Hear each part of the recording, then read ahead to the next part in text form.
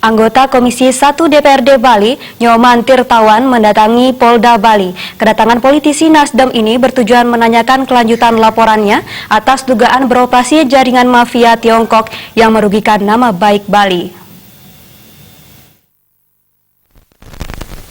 Anggota DPRD Bali Nyoman Tirtawan tiba di Polda Bali sekitar pukul 12 siang. Politisi Partai Nasdem tersebut langsung menuju Direktorat Reserse Kriminal Umum untuk menanyakan langsung laporannya tertanggal 29 Oktober 2018 lalu terkait dugaan beroperasinya jaringan mafia Tiongkok yang merusak dan merugikan nama Bali.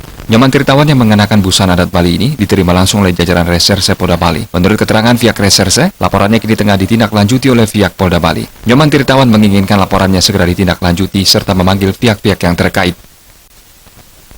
Saya kalau minggu depan belum ada kejelasan atau kepastian, saya akan datang lagi ke sini. Dan saya ingin mendorong Bapak Kapolda Bali, Bapak Petrus Golose betul-betul berkomitmen, betul-betul menuntaskan bentuk-bentuk kriminal yang ada di Bali. Dan notabene Bali betul-betul membutuhkan situasi keamanan dan stabilitas, karena masalah pariwisata itu masalah yang paling sensitif. Jikalau Bali bisa kondusif, stabilitasnya terjamin, saya jamin juga wisatawan tetap datang ke Bali. Mengingat juga tulang punggung atau urat nadi perekonomian Bali adalah pariwisata, dan itu tidak bisa lepas dari situasi keamanan ataupun stabilitas Bali.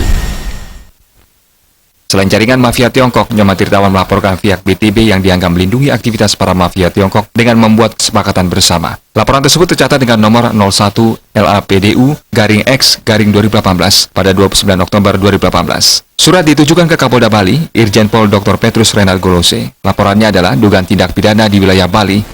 Dalam surat itu, Bali sebagai destinasi pariwisata sangat bergantung dengan keamanan dan kenyamanan wisatawan. Nama baik Bali di mata dunia harus dijaga. Untuk itu diharapkan Polda Bali bisa melakukan penyelidikan terkait tindak pidana oleh pelaku wisata dan oknum warga Tiongkok di Bali. Dugaan pidananya adalah penggunaan lambang burung Garuda di stempel toko Tiongkok, mempekerjakan tenaga kerja asing secara ilegal, tindak pidana penipuan hingga merugikan nama baik Bali, dugaan adanya pelindungan oleh pihak berwenang yaitu BTB. Dalam laporannya tersebut disertakan juga bukti berupa dokumen dan rekaman.